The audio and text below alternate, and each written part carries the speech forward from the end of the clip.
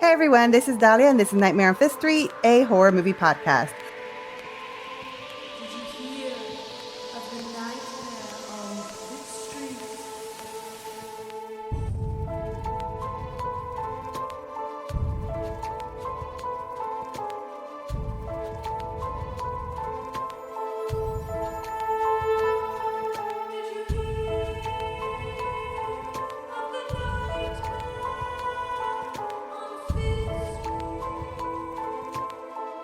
Today, I am very excited. This conversation with this person I'm about to introduce has been on our calendar for almost 2 months. I don't know if you realize that, Nicole, and we had to cancel on her one time before, and I feel so horrible for that. But you know what? Right now, this is like the perfect conversation I want to have with the perfect person because, it's just not a great day right now. But talking to a lovely person like our guest right now is going to make it for me. So today we have Nicole, and she is the host of Bodies of Horror podcast from the Anatomy of a Scream Network. The podcast examines horror films from the lens of disability. And Nicole, I would love it if you would talk a little bit more about your podcast and kind of how you got into, doing it to begin with.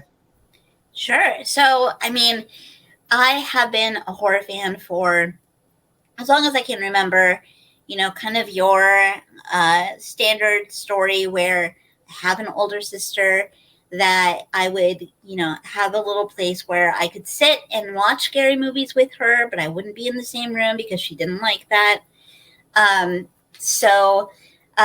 They've always been something that I've really have been drawn to and loved.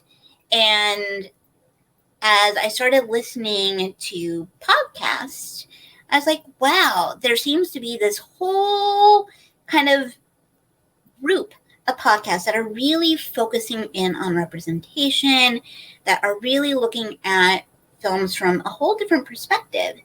And I wasn't seeing disability really highlighted in there. And disability, being someone with a disability, it's always been, kind of my default lens. And I just realized that there were so many themes and, characters that kind of touched on the disability experience. And so I was like, well, maybe there is some space for me to, somehow talk about the experience of seeing representation in horror. And so, kind of Bodies of Horror was born from that. That's awesome. Now, I know you're with Anatomy of a Scream Network. I'm not going to lie, I haven't listened to everybody on there. But so how did you meet these other individuals on that network?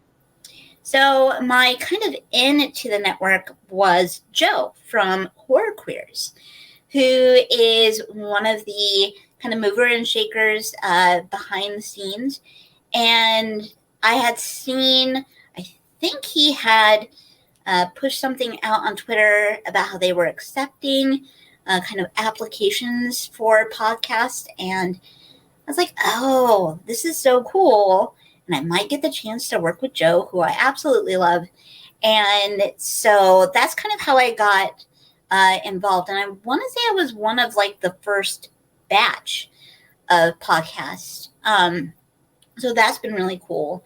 And it's a network that just continues to grow and has such an amazing roster of shows that have kind of come on, throughout the past, year plus. So it's been really, really cool. And it's such a cool group of people. You have people that are looking at horror from, kind of similar lenses, looking at different aspects of horror and kind of talking about it, which is really cool. And then, Joe and Jen from Psychoanalysis and Gina from Kill by Kill have their own podcast where they talk about kind of these erotic thriller type films. And I absolutely love that. So it's just a really cool network. And I feel really fortunate to be a part of it. That's so awesome. And I think, as you know, we just recorded an episode. It should already be out by now when this comes out with Joe from horror queers. I'm really excited about talking with you today. Just to give everyone a little bit of a heads up, Alma is not able to record with us tonight. And she was really excited on speaking with Nicole about, we're going to come to in a little bit, but one specific character from the Chucky series, franchise, I guess. And so Nicole will be teaching me a lot. And so just want to let you all know ahead of time that in particular is not something I'm very well versed on, but I'm excited about the conversation in general. This season, I know when we originally asked for people to come on and speak with us, Nicole, I know we had wanted to do queer horror, really excited about just kind of speaking about like different movies that fit into the genre. And as we started doing it, we started realizing that it's different for everybody. How do you define it? What do you even consider, queer horror? So it's really fun trying to get a definition, because there really isn't a definition out there. But for you, how would you define queer horror? I guess when you're watching something. I think that queer horror, I mean, again, when you're looking at a film through a very kind of certain focus, I think it's a film that really resonates on themes and experiences. It doesn't necessarily have to be, I guess, necessarily named. There can be characters that are coded. And I think that is, kind of part of it. And of course, I think it's always an opportunity to celebrate the creators themselves, queer directors, writers, actors, the whole kind of kit and caboodle, because that's such a key part of representation that, I know that Horror Queers does such a fantastic job at doing that, highlighting those individuals as well. But I think it's something that, we all can just continue to do, because that's really at the heart of what makes these stories really compelling. Yeah. Especially like you said, that even if it isn't necessarily what someone might think when they look at it, there aren't really any queer themes in this, but like we could have someone like James Whale during a time period where, I mean, in Hollywood, an out gay man, being so prominent on directing and all that. It's like, that's a big deal. Or another movie that I know that Alma and I had discussed is The Rope, or is it just Rope? I can't remember. But anyways, but it's like, it's kind of coded and what's going on there, but still it's very interesting. So yeah, does it have to be right there being spelled out for us? Not necessarily, but it is interesting to talk about, especially you don't see it often still, even though 20 years ago, there obviously are plenty of queer people in society, especially in entertainment, but we're still not seeing it a lot on screen. So just any time that we can have the conversation about any kind of a theme in horror where we see it, it's really interesting. And you were talking about representation. You said when you were starting your podcast, you hadn't really seen from a lot of horror being spoken of from someone with a disability. And I can imagine that, because like even, I mean, I for me, and I won't speak for Alma, but just seeing a brown person on screen in horror is a big deal. And then like you break it down even more. So that's why we're having fun with these seasons. Because then, as a woman, as a brown woman, as a queer brown woman, you keep adding on these things. It's like any one little nugget that I can see myself on the screen with, I get excited. I get really excited. So I can only imagine that I'm not going to lie. I was going through like trying to look at movies. I don't think I see a lot of horror with people with disabilities being kind of in the forefront, or the main character, or in a big part of the story, versus just like kind of like a periphery, kind of character.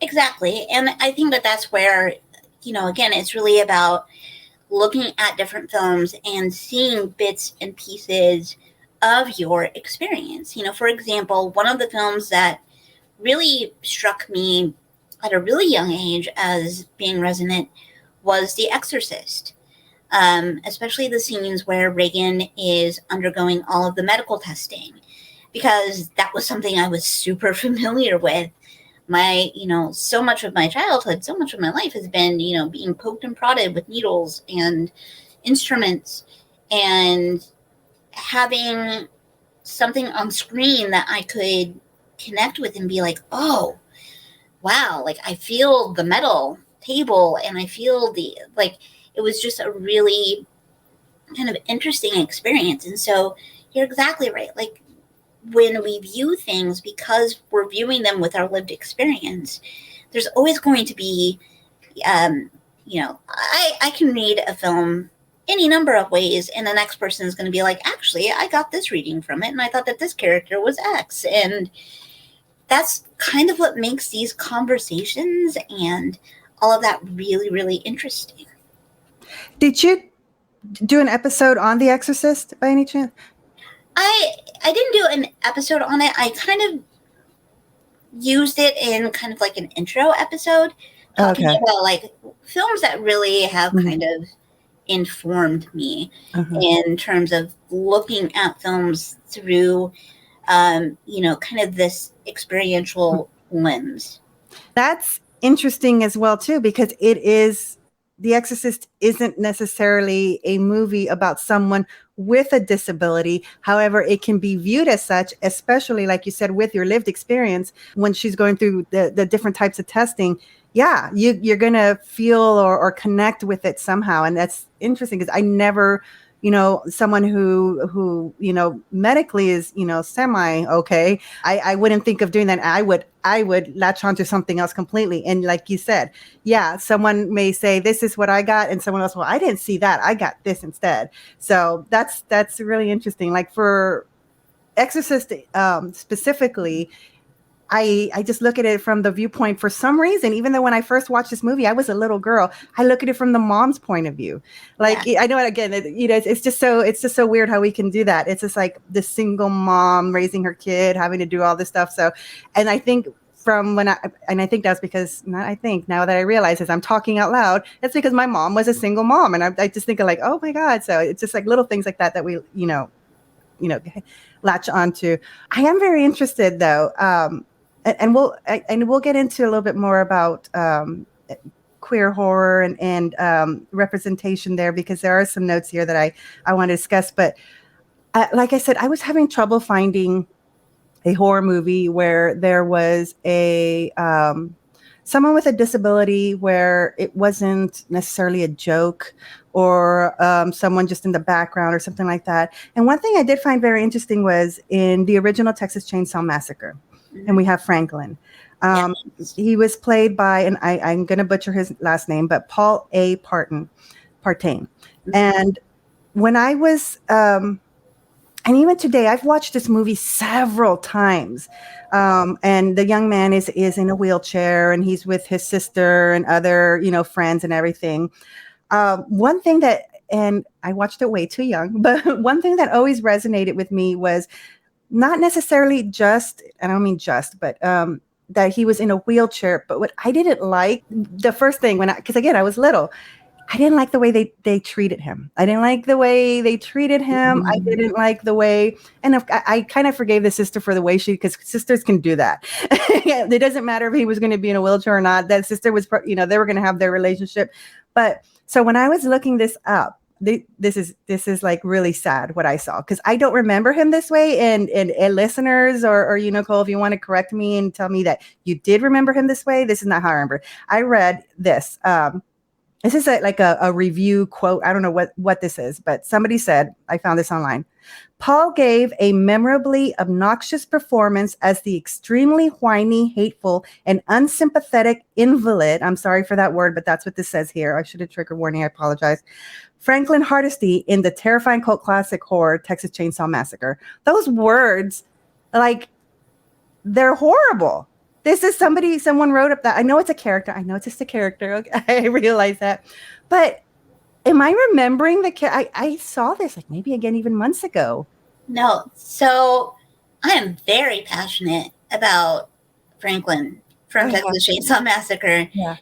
I love him because I think that there is so much complexity to the character. Like, we are introduced to these characters his sister's boyfriend, friends, with him being wheeled out of the van to pee on the side of the road in a coffee can. And one of the things that always stands out to me is it's one of my favorite films of all time. And I've seen it ad nauseum. And I've never understood the annoying, whiny kind of complaint that people have had with him, because he's really not. He's the one that shows kindness to the hitchhiker and actually tries to strike up a conversation with him. And I think a lot of that is because Franklin, being in a wheelchair, sees someone that is also different because he has the big port wine birthmark.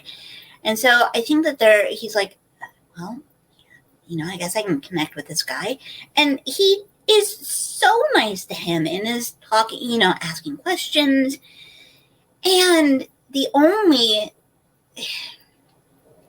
like, I don't get it. I really struggle to kind of see where he's this whiny, entitled person. Like, he is really at the mercy of his traveling companion. Oh, yeah, absolutely. And they often leave him by himself. Yeah. And so he has to be able to say, hold up, like, please do not go, Sally, with the flashlight. If something bad happens, I'm not going to be able to protect myself. You're taking all of my kind of protections with you. Yeah. So, yeah, Franklin, I think, is a really kind of great character because I think it does show a lot of, I just wish that people could kind of see the different layers to it. And, even Leatherface himself is someone with a disability, canonically, because Gunnar Hansen, when prepping for the role, studied, and this is atrocious, but I think it's very much part of the time, was that he went to a school for disabled children and basically watched them to get mannerisms. And of course, now that's like, no. But I think that there's just a lot of different layers in that film in particular. But yeah, Franklin, I love him. I'm always going to defend him. He's just kind of a put upon character. And I think the moments that he's like, God, I'm mad at you guys, I think they're well deserved. Oh, absolutely. And I'm, like I said, I mean, I have just always loved the movie in general. And I guess I will admit my biases here, but I don't know if I always just liked his character because I saw him as the brother in the wheelchair that seemed to be shit upon by everybody. And I don't know if that's what endeared me to him to begin with. And I hate to admit that. But I never saw him as, as this pain in the butt or whatever. Because when I was looking for characters and I saw that was just like, oh my God, do people see him like that? Because I was like, his character never had a chance, and that it just makes me mad. And it's like, I understand for characters in a horror movie, you want to put every different characters in different situations and all that. But he was, like you said, at the mercy of everyone else. He never had a chance. So it's just like, I don't know. It just rubs me the wrong way that someone would, I don't know, just extremely whiny and hateful. That's so strong for a character that I feel doesn't deserve that. No, I completely agree. But I think it's one of those weird things that you see when you are looking at a character like Franklin, or you're looking at, I'm trying to think of the right word, but, whenever you're looking at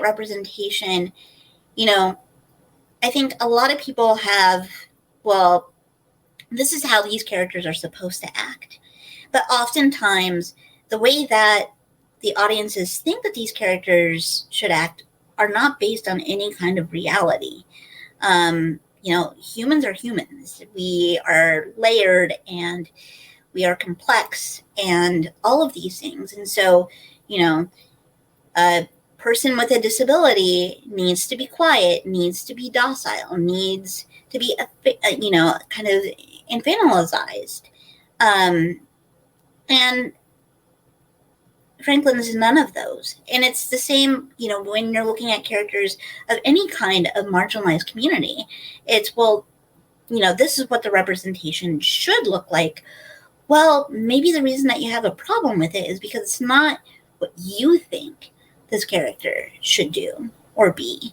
But this is actually a little bit more, based on reality. We're not, we're just as messed up and cranky and irritable as anyone else. Like, we're not little rays of sunshine to be trotted out for telethons. Like, we're complex, we're bitches, we're assholes, we're everything. So, I think that that's something that is, as we're always looking at different kinds of representation, I think that that's always something that kind of stays in my mind.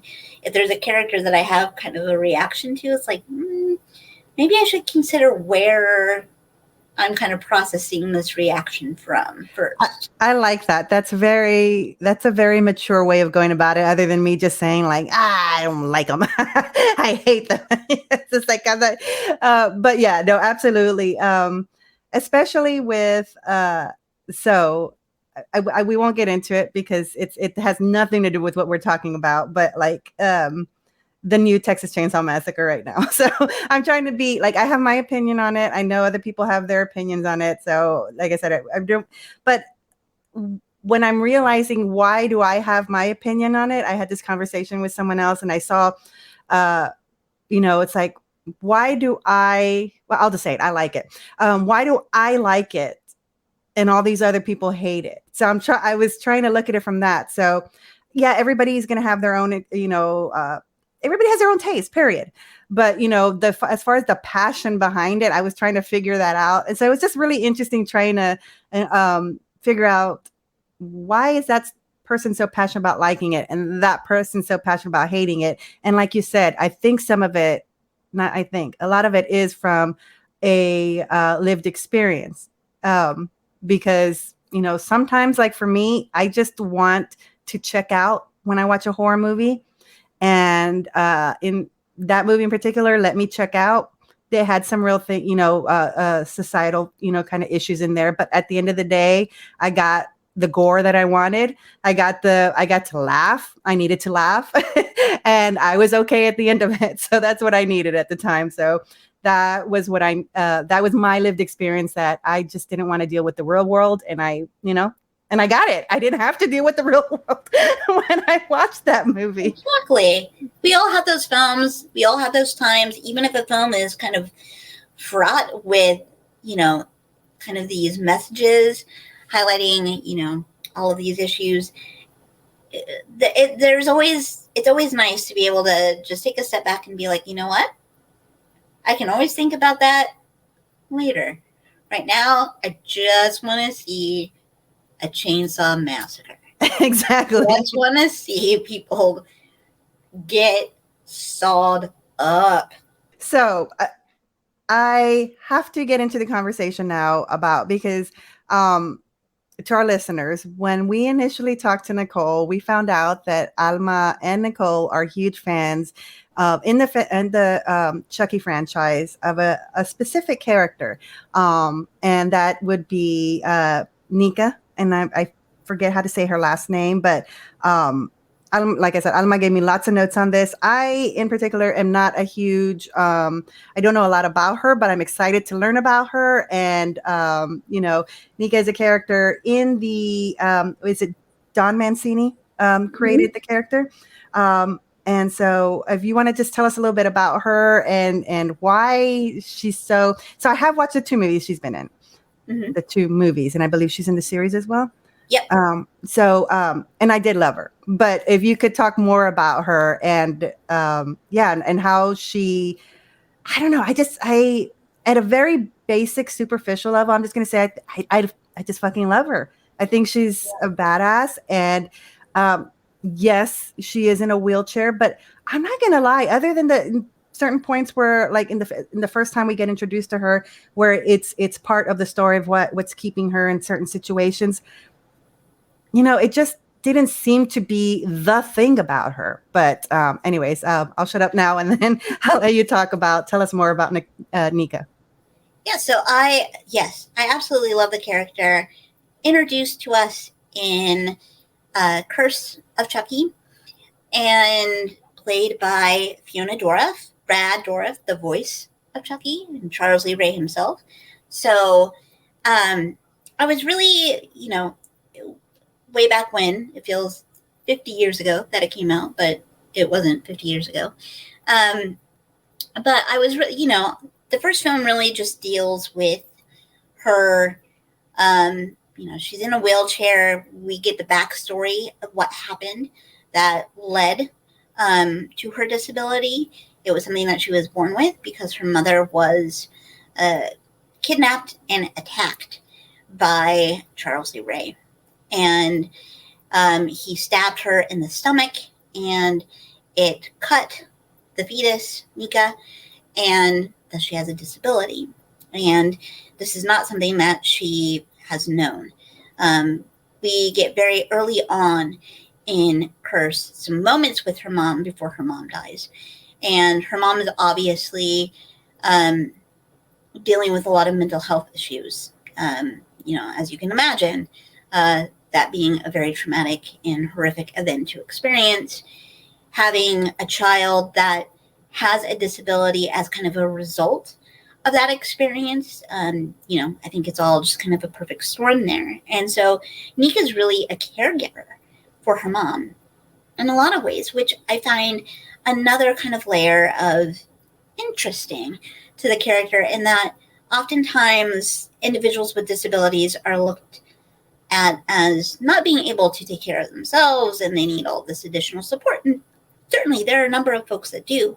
As we all get older in life, we all need additional supports at some point. So, welcome to life. Some of us just get a little bit of a little bit of a head start, I guess. And but she's a caregiver. She's there for her mom. She's support for her mom. We get a sense that she really does kind of run the house in a lot of ways. And so it's really interesting that you have a house that's been kind of accommodated for her. They have the elevator and kind of the stair, the old-fashioned kind of stair chair. Even when she's cooking dinner, the counter is so low. Well, I don't know if they were using a table, but either way, I noticed that it was made very convenient for her to just be there and cook dinner without being, having to. Yeah, everything was very accommodating to her to be able to be the caregiver, which was interesting. Yeah. Yeah. So, we really just kind of get the introduction to the character. We get a little bit of her backstory. She is our kind of final girl at the end, but not all is well, as is how usually these Chucky films go. And she is found guilty of the murders of her sister, her brother-in-law.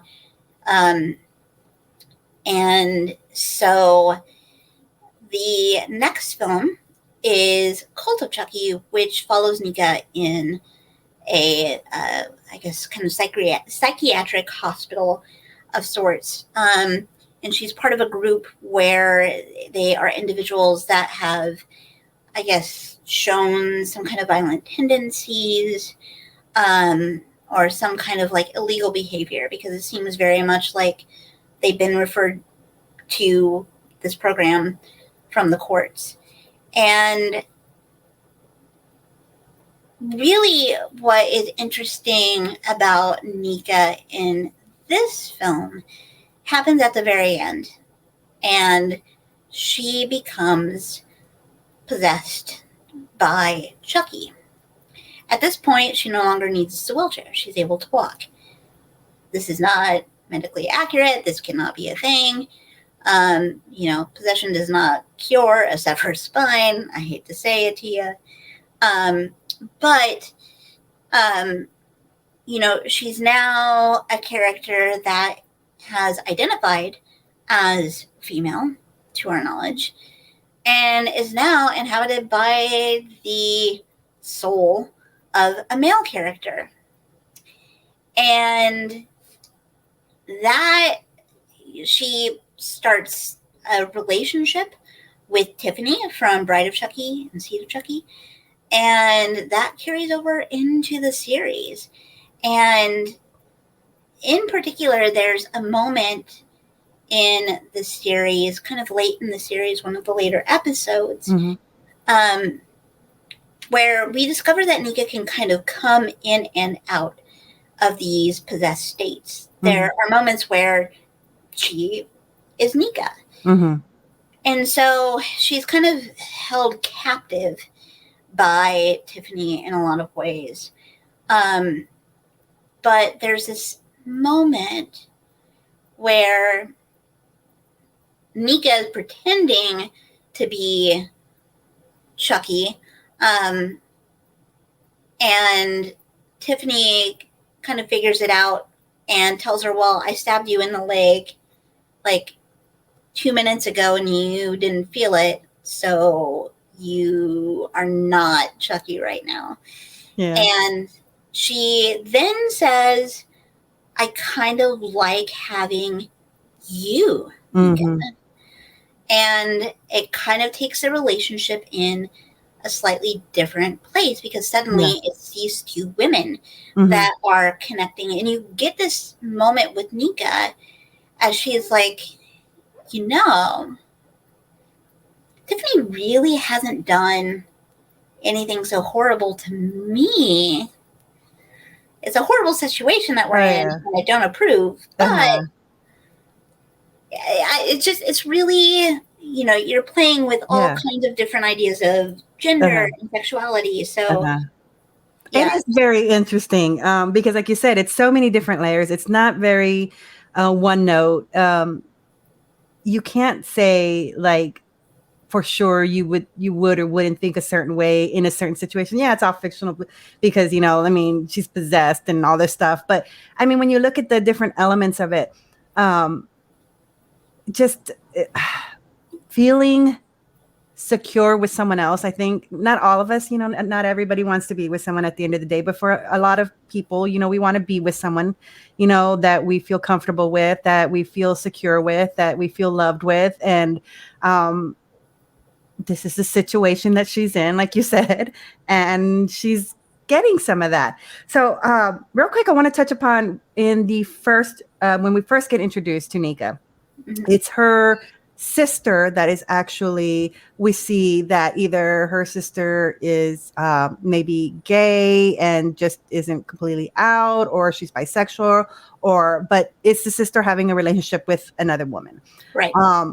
Do you think that, because I haven't read, or maybe he has said, but do you think Don Mancini had something in mind there, that he was kind of broaching the subject of this type of relationship that he wanted to do in the future, and this is a good way introduction, or am I reading into it too much like I always do? Well, no, I think one of the things that makes the Child's Play series so fascinating as a whole decades spanning thing is, Don Mancini is openly gay, has been so since he wrote the first Child's Play, and has been, the key individual that's really shaping these films. And he went on to direct Seed of Chucky, as well as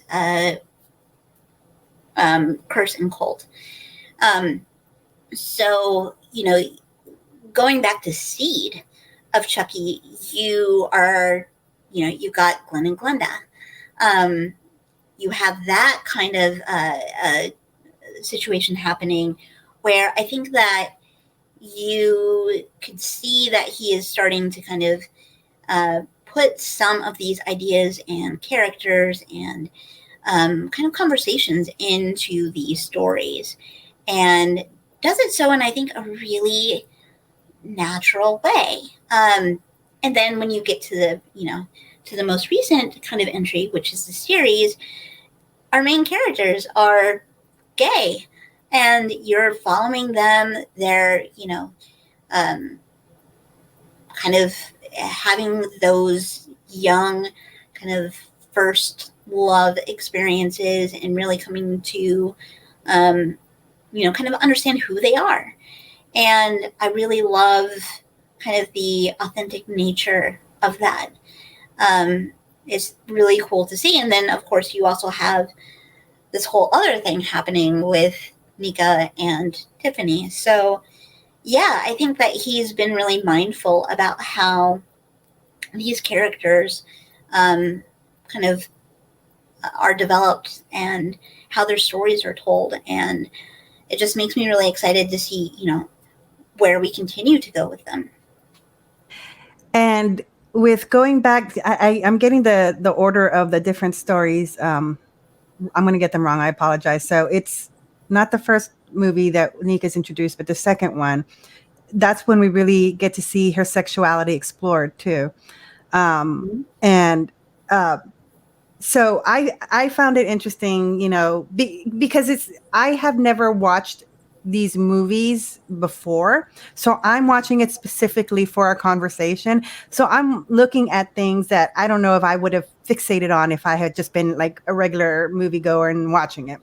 But so for me, when I'm watching it, I'm very interested in how that I love that when Nika has this kind of, quick little, I just met you, but, we're both, people who enjoy sex and we're going to have sex together. And, that type, it was very, I love that because it wasn't a big deal. Again, it was just with the whole, it's not a big deal. It's like, we're going to do this real quick and then we're going to go on and we're going to go do, we're going to go on with whatever is happening next. It was quick enough so that we didn't fixate on it and be like, wait a minute, it was just like, oh, okay. They had a little fun. Now let's move on. Exactly. And one of the things that's really fascinating in kind of contradiction to that is,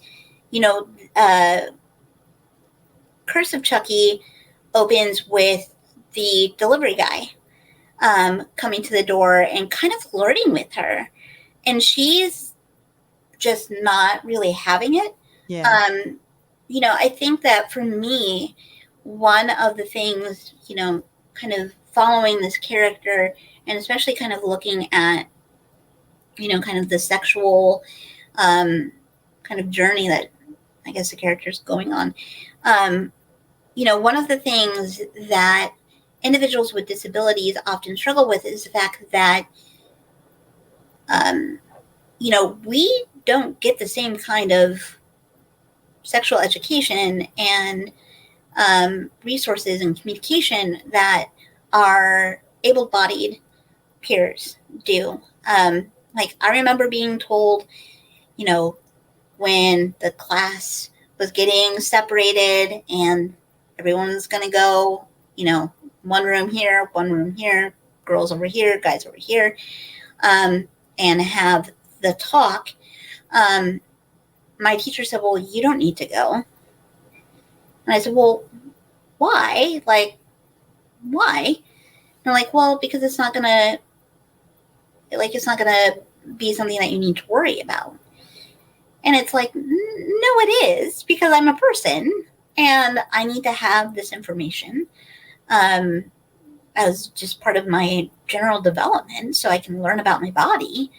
But also, like, hey, sex is good, by the way, and people with disabilities have sex. And, I think because of that, so much of, at least personally for me, like, I essentially came out to my mom as by when she found a bunch of letters that I had been writing back and forth to this girl that I had met at summer camp. And she, was very cool and just said, so I was putting some clothes away or, doing something in your room and I found these letters. Do you want to talk to me about this girl that you met at camp? And I'm like, yeah, I thought she was really cool. And she held my hand at the campfire and I thought that was really nice. And I think she's very pretty. And so my mom was like, oh, and so we started having conversations about it. And so I feel really fortunate that it was never really something that was an issue for me on that level. But thankfully, I also had a mom that was like, no, Nicole's going to, she needs to have this education too. So she's going to be sitting in, learning about these things. And I think that really helped me kind of understand things where, oftentimes, again, there are so many individuals with disabilities that are completely shut out of sex ed and learning the basics. Well, you said, okay, so with the interaction with the delivery guy, when Nika had, I did notice it was like, because she was also like with the mom, like, is he hitting on me? Like, so she seemed very clueless about it. How old is she supposed to be at this point? Do you know? I think she's supposed to be like maybe 21, 22, 23-ish. So then, it's sad that, she didn't. I mean, in general, sometimes we don't know when someone's hitting on us, but I maybe it was very intentional that she was not supposed to realize, especially when we find out how protective her mom is of her and all that. And then what you just said which was really gross, of your teacher deciding for you that, yeah, you don't need to know this. How old were you, just out of curiosity, when this discussion in school was taking place? Junior high? Yeah, I think I was around maybe 12. That's young, and your educator was already trying to make that decision for you. If it was being made for other young preteen teenagers, that's so weird that they were looking to exclude you. Well, and I think that a lot of people also miss a kind of a basic tenet of it, which is, when we are getting those talks from our parents, from, going to those little awkward little sessions at school where, everyone's kind of giggling and we're learning about, body parts officially. Another kind of component is that, especially for individuals with disabilities that rely on kind of like in-home support, that will have aides or something that will come in and help, do kind of personal care. So using the restroom, taking a shower or a bath or whatever, things like that. Especially for young kids, you're taking away their agency to be able to advocate for their, to speak about, what they're comfortable with. And if something does happen, they're not given the tools or the language to be able to talk about it because they haven't been given that basic bit of information that, their peers have, where it's like, why are you so uncomfortable when someone touches you here? Well, they don't have the language. They haven't been given the info to be able to put the proper voice to it so that they can communicate that to a parent or a guardian or someone. So I think it's really, going back to what you said about, it is really cool to see, kind of Nika's what we see as her first sexual experience being something that is really quick, but she, it was very much like, all right, we're not in a relationship, we just have needs and you are here and I am here. Yeah. And so let's do it. Mm-hmm. And so I appreciate that. I mean, obviously, one of the, I think, kind of going back to the sexual abuse aspect is we do also have that in Cult with the psychiatrist that is, in charge of her care and the individuals in the group. We find out that he has been kind of manipulating and abusing Nika and probably other patients as well, without a doubt.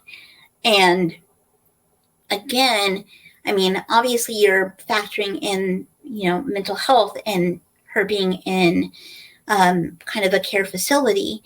But again, you're going back to individuals with disabilities having a lot of agency taken from them.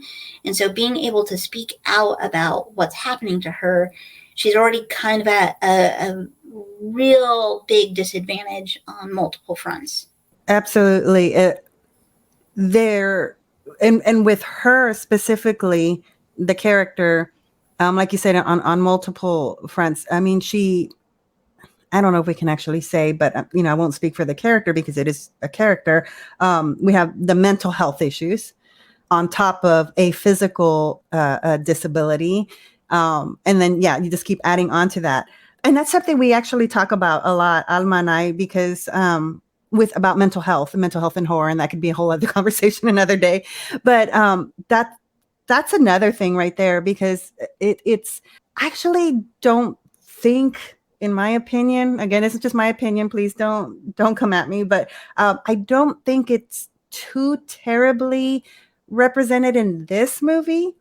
Probably because they're trying to look at other things going on, maybe because I was so fixated on trying to watch for one thing. But mental health in horror just a lot of times seems to be just done wrong. It's just done so wrong. In this case, I think we're seeing, like you said, with the provider being the one that is being, and rightfully so, shown as the one in the wrong versus, hey, it's, I'm quote unquote crazy, so now I've killed everybody, type of deal.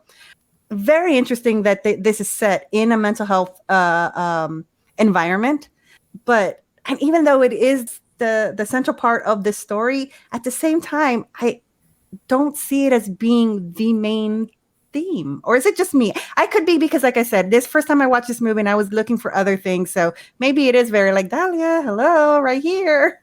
Yeah, I mean, I think it's a film that really touches on a ton of different things. And, the fact that they are in this facility, I think a lot of it's also informed by the fact that we know that Nika's not lying, that what she says happened actually happened. Yeah. And so there's also that, like, she's become, part of, what she's being manipulated and essentially kind of brainwashed, is into taking responsibility for these murders that she absolutely did not commit. Yeah. And so it's, you could also look at Chucky as taking, one of the things that's really interesting about Chucky is that he seems to choose kind of a person that he can latch onto and manipulate in his own way. Part of the, going back to the very first film, Child's Play, there's kind of this mystery, which isn't really necessarily fully, I think, hashed out in the film. But there's this kind of mystery of, well, is Andy actually killing people? Is he the one that's responsible? Because no one believes that it's a doll. And a doll is small in size. A child is small in size. So, again, you have all these kind of interplays happening. And I think it's what makes the series really interesting. And again, now getting into a TV series, which I find absolutely amazing that was kind of like the next step with these characters. I'm really interested now that we have again, Nika in a situation where, she's absolutely not in a healthy relationship with Tiffany. But I think one of the things that makes Nika so interesting and so compelling is that these experiences really do, like, we're able to kind of journey with her in them, and we see her kind of develop, these different kind of skill sets and coping mechanisms, and latch on to the strength that she has in some really powerful ways. And so it's all really just kind of, she's just a really fascinating character. And again, it's hilarious to me that she is playing, a possessed version of Chucky when that's her dad. And she even played a young version of him, like actual Charles Lee Ray in the series. Oh, that's fun. Yeah, and it's cool. So Yeah. you're just, I think that Mancini has been, really mindful and really specific about how he's Yeah. touching on these topics. And I was really excited, as someone that identifies as, bi, Mhm. to see a character with a disability Yeah. that may also kind of be on a certain journey with that. Mhm. And, we don't get anything, stated from her, but it was just those small moments with Tiffany where it's, she's trying to kind of process everything that's going on and how this is impacting her. So it's, I can't wait for the next season to see where we end up with them. But yeah, I love the character, and I think it's a really kind of cool representation of disability. It does kind of go into my least favorite, I guess, trope, which is, oh, now magically the disabled individual is no longer disabled. Yeah. Um, I think it's so lazy and Mhm. ridiculous, and Yeah. I dislike it. But the way that they kind of do it here, Mhm. I give it a little bit more grace, maybe more grace than I should, but I'm like, I get it. It's not Yeah. great. However, I'm really compelled by it. I think it's really interesting. And I love, how that's kind of informing different kind of aspects of the character as well. Like you said right now, with when I really love a character, I tend to give that character, the writing for that character, everything that character does, more grace than they probably deserve as well. We were just talking about Jawbreaker the other day. I love the actress Rose McGowan. I love her so much, and her character is horrible in Jawbreaker, absolutely horrible. But I am Team Courtney all the way, and I let her get away with so much in that movie, and I'm on her side. And at the end, it's like, why is everybody being so mean to her? Leave her alone. Because I love the actress. So yeah, I totally get it. When you love the character, you love whatever. It's like, yeah, there's some things. But when we can admit that the things are still problematic, I think that's where I think that matters too. Well, sure. And one of the things that I mentioned on the podcast, I try to at least mention it with some regularity, is that, yeah, look, there are, there's always going to be the quote unquote problematic representations. But that doesn't mean that the film isn't good. It doesn't mean that the character isn't somehow kind of connecting with us. Like, yeah, it's messy, but you know what? Maybe there's something there that we find really interesting or cool or whatever. Like, it's not, you're not gonna get that perfect, flawless representation that's really hitting every chord with you. It goes back to what we were talking about with Franklin. Like, yeah, I can see where someone would think that he's perhaps a little bit grating, but it's obviously someone that hasn't really thought about what he is experiencing. That's kind of the leap of, yeah, these characters are problematic, but there's something about it that's still really intriguing. And that doesn't mean that we don't like the overall product. Exactly. Like I try to not completely write something off because of one thing. I do try to, um, because like you said, I mean, even the writers themselves, they're not everybody's perfect. They had a vision. They wanted to do something. Like even me, like from this morning to this evening, I've screwed up along the way. So I'd hate to be judged by this morning, this evening. Right. So I do kind of want to navigate a little bit away from this only because I do want to find out from you. Because, like I said, when I was looking for movies with representation of people with disabilities in horror specifically, Yeah. not very easy. Could you name a few movies that maybe I should watch, or maybe our listeners should watch that you feel? I mean, they're, again, like you said, they're not all going to be perfect representation, but something you feel like maybe we're probably missing. It's there, and it's you recommend. Sure. Some really great films or really interesting films that I've talked about recently on the pod. Monkey Shines. I think under-celebrated Romero film about someone that is in a wheelchair. Is in a wheelchair after an accident, and it is a really different representation of kind of the complex emotions that someone has when dealing with disability. Because that's the thing, like, disability pride, that's one thing, but being disabled also sucks. Health issues suck. But, and this film really kind of allows its main character, to be upset and be kind of in that negative space about their disability. And I find that really intriguing. Right.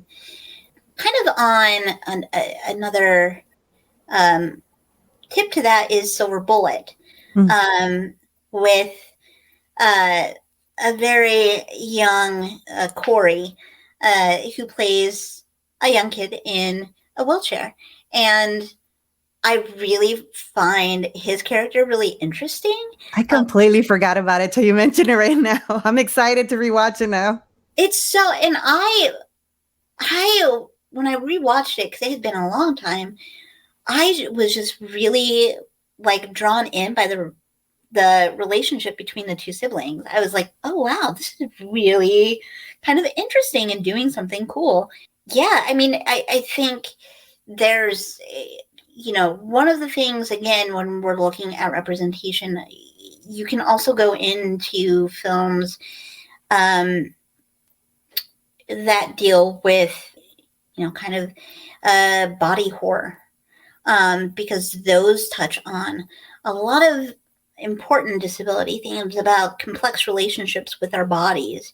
We want our bodies to do certain things, but they don't.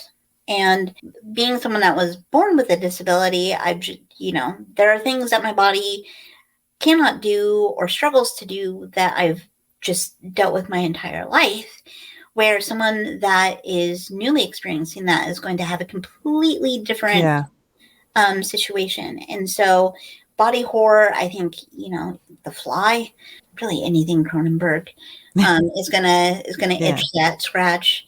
Yeah, I mean, and I think that, of course, a lot of these films go heavy into some messier aspects of representation. I did an episode in the first season of the podcast looking at Mike Flanagan's Hush, and yes. A Quiet Place. And I love Hush as a home invasion film. I hate it as a representation of someone that is deaf or hard of hearing. Oh, yeah. Because it is such an afterthought. You have someone that is not deaf. Correct. And is reacting to things that, like, I work with people that are deaf, and like, that's not how, I don't think that's how it works. And then you have A Quiet Place where the actor is deaf and it represents a whole different Yeah. kind of way that deafness and Yeah. sign language and communication are all part of this world. Mhm. Suddenly she's at an advantage Mhm. because she can speak sign language and Yeah. doesn't vocalize that often. And yet there's still disadvantages that are unique to her and her Yeah. disability. So, um, yeah, I absolutely love A Quiet Place and Yeah. A Quiet Place 2. Again, some aspects of it Yeah. not great, but I find the characters really Yeah. interesting. Those are two great examples actually, because they're so different, but dealing with some of the, well, in this case, the being deaf. And so with A Quiet Place, having someone who's actually deaf in the role of the deaf character, and and it's this, her being deaf is integral to the story, and at the same time not. I don't know that when I watch it. So I watched Hush, and when I originally watched Hush, I didn't realize, I should have picked up on a lot of things looking back now. I didn't realize that the actress playing the main character was not deaf. She's hearing. I believe, if I remember correctly, she wrote it, maybe even directed it. But so I that's in that story, they made that the reason it was so easy to do the home invasion and have the guy, torment her and all that. And so just, I won't tell the story because it's not my story, but I have a tiny human living in my home who's 6 years old and is deaf. So that's why I was excited when I initially watched Hush. And I was like, oh, it's a horror movie with a deaf person and blah, blah, blah. And then later on, like I watched it, and maybe like a day or two later, I looked, I heard something about it, and I was like, and then I look back because, I'm very new in the deaf. I'm not in the deaf community, excuse me, but I'm very new to being around the deaf community. Right. So I didn't pick up on things that I feel like I should have. And looking back now, people are probably going to say, it's not a big deal. It's really not a big deal, but it is a big deal, because I remember seeing so many deaf people get excited about being represented in movies, period. And then being represented in horror. And then for it just to be for them, like, oh my God, her signing isn't even good. And it's like me being a brand new signer. I'm like, I'm following along just fine. It was like considered like that. Or we have A Quiet Place where we love the actress, and, it's the reason they were able to communicate with each other. But at the same time, it's just like very, and I hate to say it, but very mainstream. And I feel that's why A Quiet Place has done so well, because it just kind of just fold in her story nicely in a way that's palatable and a good introduction to people who maybe are not very familiar with the deaf community. And this, as a, not everybody considers deafness a disability, but with that disability. So I like it. I like A Quiet Place for many reasons. The actress being deaf, we're all like, yeah, you go. And also because it is something that I saw became mainstream and a lot of people love. Of course, it helps that it has, oh gosh, my brain right now isn't remembering the director's name, John Krasinski. Doesn't hurt that he's the one, that helped put the movie forward with his wife. But I love that representation. So, anyways, I just kind of went off on a little tangent there about the deaf community, because, for us in this household, that is another a community that it just seems like every year of life that you live, it seems to be that at least in my house, you get introduced to a new community that you feel bad for not having been aware of before. And this is another. I think that one of the things that's been really interesting, in doing the podcast, listening to so many other podcasts like yours, and just really hearing other people's perspectives and going back and re-examining different things, I think it just really highlights the intersectionality that we all kind of experience and live with. Yes, I'm a person with a disability. I'm disabled. But I'm also a lot of other things. I'm bi. I'm, a cat mom, whatever. Like there's so many other aspects of who you are, and to be able to kind of explore how these kind of come together in horror is really interesting. And that's one of the reasons that Nika was such an interesting character for me, because I was like, oh, this is kind of hitting on two different things, and I'm very intrigued by it. And so I think it just really speaks to, now it's not just having someone that is deaf or representing the deaf community. It's what other aspects of that character. And that's something that I think is really interesting about A Quiet Place, is that, and you stated it perfectly, is that this is really a world that is lived in by her. She exists in this world. It's very authentic in that way.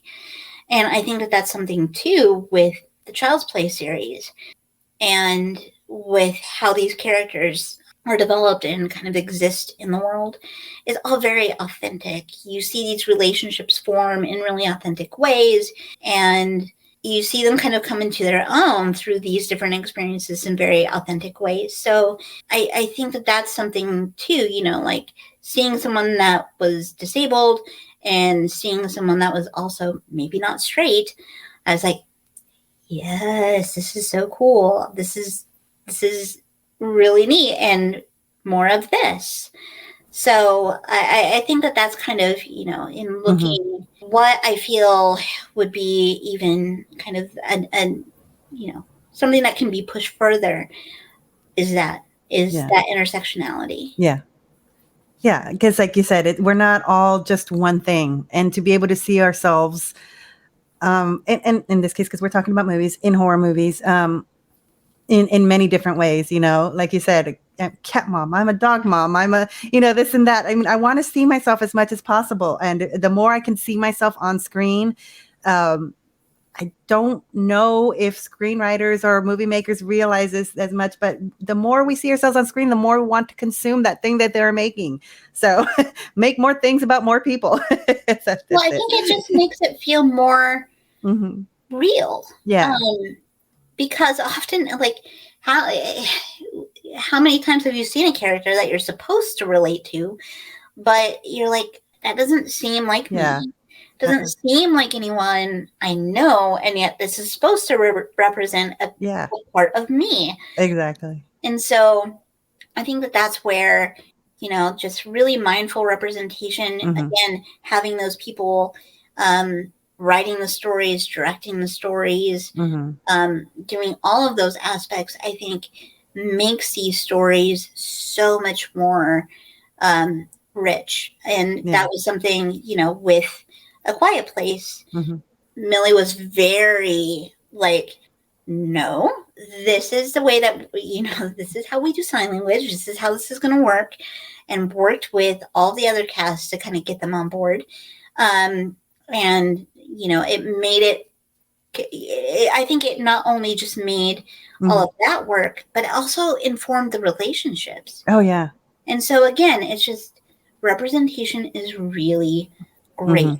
And there's, especially when looking at queer horror, there's so many avenues, I think, that still I would love to see even more. For a long time, part of the a trope or a crutch within kind of like the erotic thriller genre was kind of this, crazy bisexual woman. Well, no. So it's really interesting. Like there's not a lot of that representation that we see in horror, because people like to deal in kind of these areas of absolutes, but what we exist too, like. Absolutely. Yeah. Well, I mean, I could talk for much longer with you about all this, but I do want to ask a little bit off of what we've been talking about, just in general. Are there any horror movies or series that you're looking forward to this year? Yes. So one film that I have queued up, but I haven't watched just yet is See for Me, which is about a character that is blind. It's a home invasion film, and she utilizes this service where she's able to call, and someone is through, I think, like a camera system, is able to be quote unquote her eyes Oh my and goodness. navigate her around the place and help her as the home is being invaded. I got chills. Oh my goodness, that's so. Oh my. So where I haven't heard of this. Where I mean, I can look it up, but where is it? Where can I find that? I think right now it's on VOD, although it may be streaming at this point. Okay. So yeah, I'm very excited Mm-hmm. about that. But I think that there have been a number of films recently that really, I think, do kind of hit on disability themes. My Heart Can't Beat Unless You Tell It To, using vampirism and illness kind of that way. Sound of Violence, which is really great. Someone with an auditory issue and how that kind of plays into the story. So yeah, there's a lot of really great films, and I think you're also getting some really layered characters that, again, that aren't just one note, that are kind of living full lives and are having sex and meeting people and having kind of these really normal lives. Exactly. Yeah. The more you can flesh out a character, it's just like you've got me. But thank you so very much. I wrote down all the movies because I'm going to check them out. And so, where can our listeners here on Nightmare on Fifth find you online? So you can find me in Bodies of Horror as part of the Anatomy of a Scream kind of podcast feed. So wherever, however you listen to your podcast, make sure that you are subscribed to Anatomy of a Scream, and Bodies of Horror drops bi-weekly. And yeah, so we have a couple of episodes coming up that I'm really excited about. We're going strong with season 2. Yay. And to our listeners who have not heard her podcast yet, I love it. And this is going to sound very superficial, and I apologize, but I love your voice. And I just find myself, when I listen to your podcast, it's like nothing else is going to be on or distracting me, because I love listening to your voice. And it's, I don't know, obviously, that's why I said it's very superficial, because I obviously love your content and the things that you're talking about. But then I have some, it's, your voice is also very comforting. So it's just like I'm just being taught by someone who I want to be around all day. And so I really do enjoy your podcast. Thank you so much. I am so glad that we finally got to talk. I'm so appreciative of, being able to talk with you and, share some thoughts about, how intersectionality is really important, and, using this character of Nika to really kind of put a point on it. And I love you guys. Thank you. One of the things that I always look forward to in certain podcasts is, when the hosts have, you can tell, just a really great vibe, and you feel like you're having a conversation with them. Because that's one of the things, especially, during the pandemic, weren't able to go to a movie and then grab coffee and chat like you used to. Yeah. And so podcasts really filled that hole, because I was able to oh, yes, I'm going to listen to my friends over here talk about this film now. Oh my goodness. You said that perfectly. That is so true.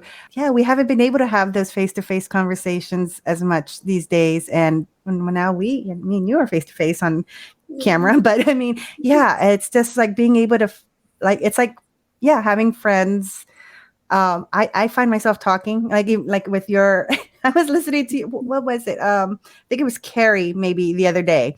And it's just like I was like talking. I think I was doing the dishes or something, and I was just like, yeah, yeah. And I was saying stuff out loud, and one of my kids walks in, and it's like, who are you talking to? It's like, hello, you know. But yeah, it's just like it is like having a conversation with someone, especially when it's when I find that I really, really enjoy a podcast and the host when I'm doing that, when I'm talking back to you, like you're in the same room with me. I love that. Yeah. And so I think that you guys are really phenomenal at just being so inviting. And like, even when you guys are talking about, some pretty intense things, it's done with so much grace and so much just thought. And it's very inviting and very like, oh yeah, I'm just going to sit down and see what my friends have to say about this. It's so cool. Oh, I appreciate it. Thank you. And again, everybody, check out Bodies of Horror. And thank you, Nicole, so very much for joining me today. And everyone else, I'll see you next time. Bye.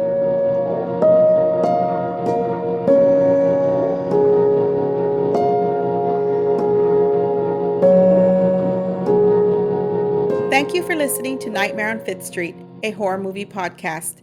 If you like what you heard, don't forget to follow and subscribe on your favorite podcast platform. Also, leave a review or share what movie you would like us to discuss. As always, thank you for listening.